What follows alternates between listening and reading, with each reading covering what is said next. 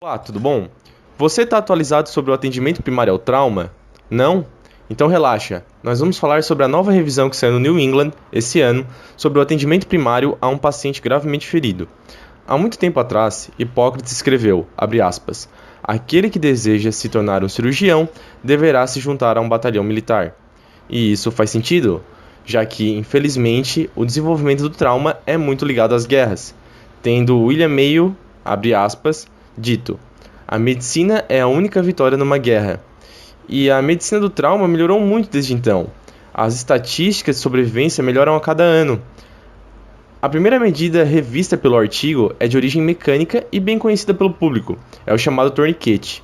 No começo de seu uso, era muito comum um membro sofrer isquemia, já que o soldado demorava muito tempo para chegar ao centro cirúrgico.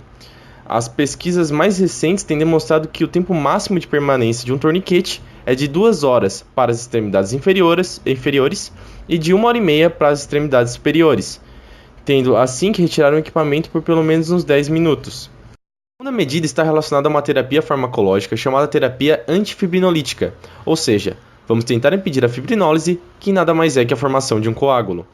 Ainda não se entende muito bem como funciona a coagulopatia do trauma, mas sabemos que um componente muito importante é a hiperfibrinólise maligna, e que isso pode levar a uma perda excessiva de sangue, o que gera ainda mais sangramentos.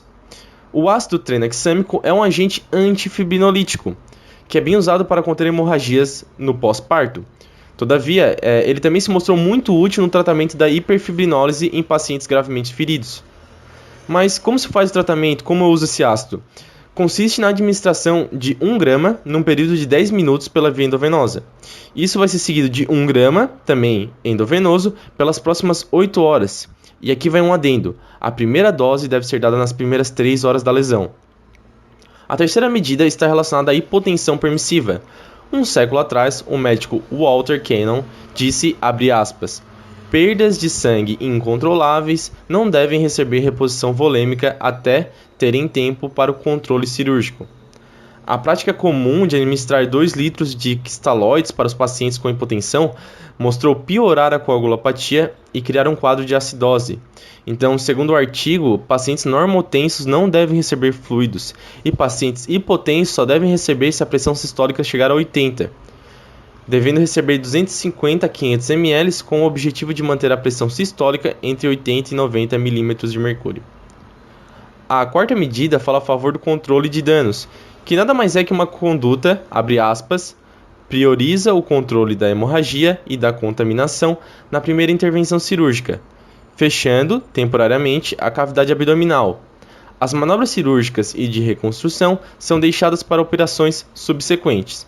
Ou seja, primeiro aqui, vamos controlar o sangramento, para depois reconstruir as partes destruídas, cortadas ou laceradas.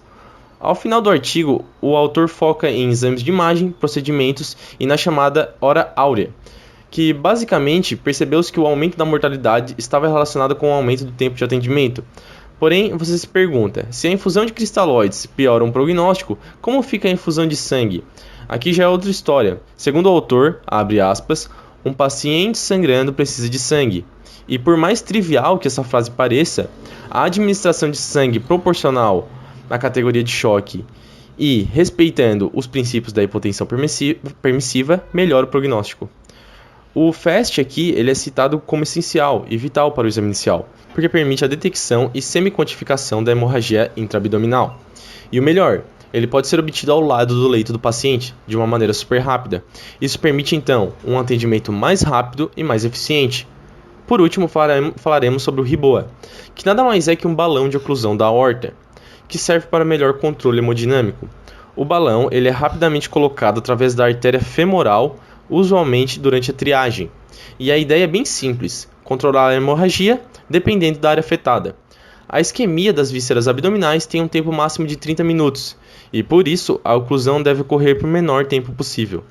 Por último, o autor relata, abre aspas, o contínuo avanço do tratamento do trauma requer um compromisso com a pesquisa, principalmente nas áreas com pequena base de dados. E lembrando, isso foi apenas um resumo.